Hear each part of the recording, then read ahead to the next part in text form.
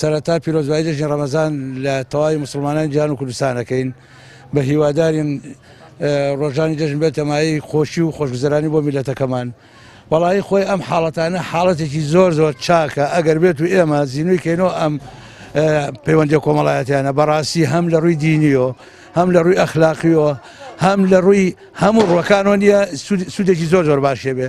بەڕاستی من پێم خۆشە ئێمە سەرەتانیە من هەموو جەژنێک خۆم لەگەڵ خەڵکی گەڕەکە ئەم دەستپێکردنەکە خۆم دەستی پێەکەم ئەڕۆم نیە هەمویان کۆکەمەوە لەبەرەوەی ئەوە حاڵەتێکی زۆر زۆر بە چای جێزانم لەبەرەوەی پەیوەندیەکی تونوتۆڵ لە بینی دراوسێ و خەڵکی گەڕک هینە بێتون جار کردووە سیلەیەکی ڕەحمیشە هەم خێری هەموو خەڵکی شاگات. کۆمەڵایەتیمان زۆر بە قۆدە جەژنە پیرۆزە لە کەسوکان لە دراوسەکان هەمویان دەکەیت. وەڵای ئەمە زۆر گرنگە، ئەمە کۆمەڵایەتی هەم بە قووەتەکە هەم خزمایەتی هەم کەسایەتی کار خەڵک دانیشتوە لە ماڵە جەژنە پیرۆزەکە بە مۆبایل من هەر بە شێوازێکی ناشرن و باشیشی نازانم. ئەمە زۆر زۆر پیرۆزەوە زۆر جەژنێکی مبارەکە بە تایبەتی جەژنی قوربان و جەژنی ڕەمەزان. زۆر گرنگە وەڵا قەدیە جەژنە خاستن گرنگە سەردانی هەموو کەسێ بکەیت و هی باو هی برا هی خوشک هی هەموو کەسێ هی دراوسەکان بە تایبەتی. عادەتەن باوباپیرانمان ئەم کۆڵانە هەر بە هەموو ساڵێک جەژنی قوربان و ڕەمەزان ئەمە پیشەمانە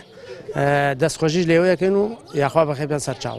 وەڵاهی ئەوەنە زەرورە ئەمە زۆر زەرورە بۆ ئەو خەڵکانی کە دوورن لێیەکەوە کە دوور بن جارە بە تایبەتی کە محیبەت و هین بە هاتوچۆیەک هاتوچۆژنەمە هیچ سوادەیە نە لە ژیانەکەیت و نە لە دنیاشەکەی.